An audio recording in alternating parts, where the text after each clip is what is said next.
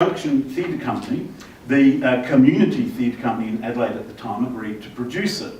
And it sort of, Junction Theatre worked like this. It was funded by Arts SA, and its brief was to work with a community, albeit the Vietnamese community, gay and lesbian community, within society, and develop stories they wanted to tell. And trained those people from the communities as actors and backstage staff, with the assistance, of course, from trained professional theatre workers, director, set designer, costume designer, and so on. So this is how the Pink Files Mark II came into being in 2001 with funding from the Centenary Federation funding grants.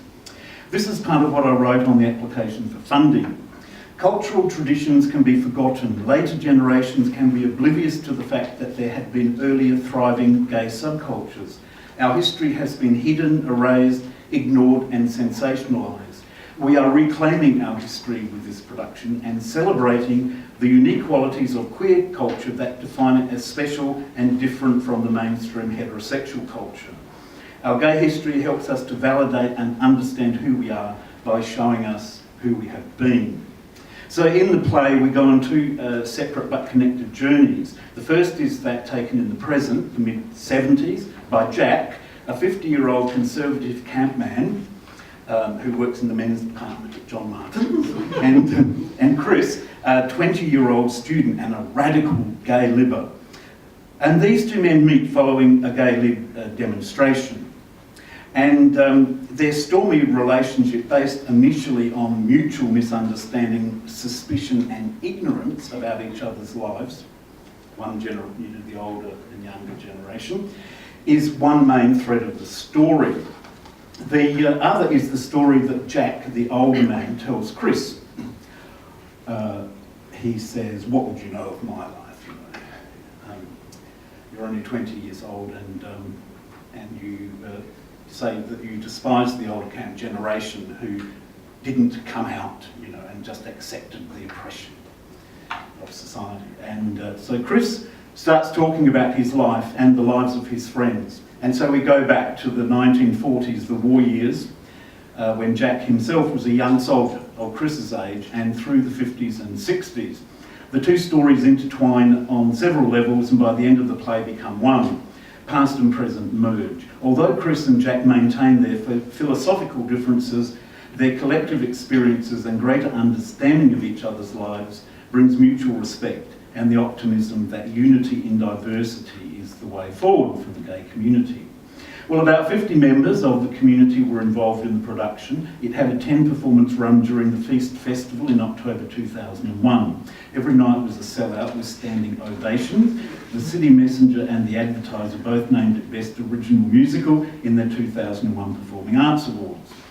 So as an example of oral history or performance or theatre, it was very successful, connecting with both gay and straight audience members in large numbers, but in different ways. Why it succeeded on both levels, I'll leave to the reviewers to say. The first three comments come from mainstream reviewers.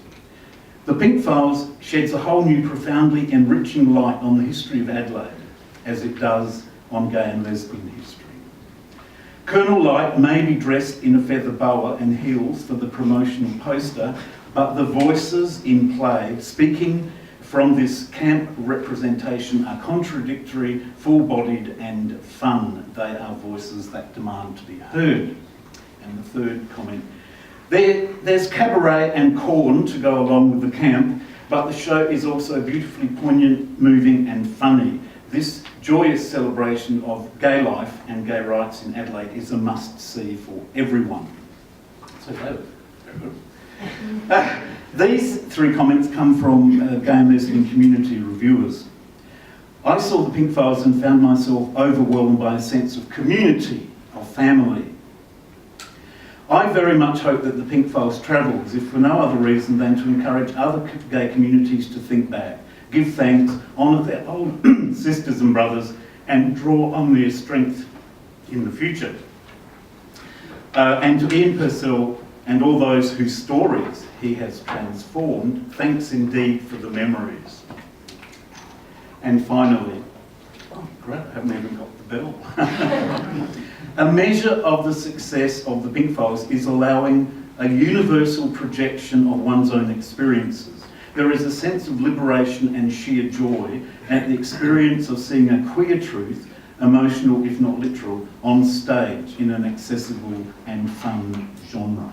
Thank you very much.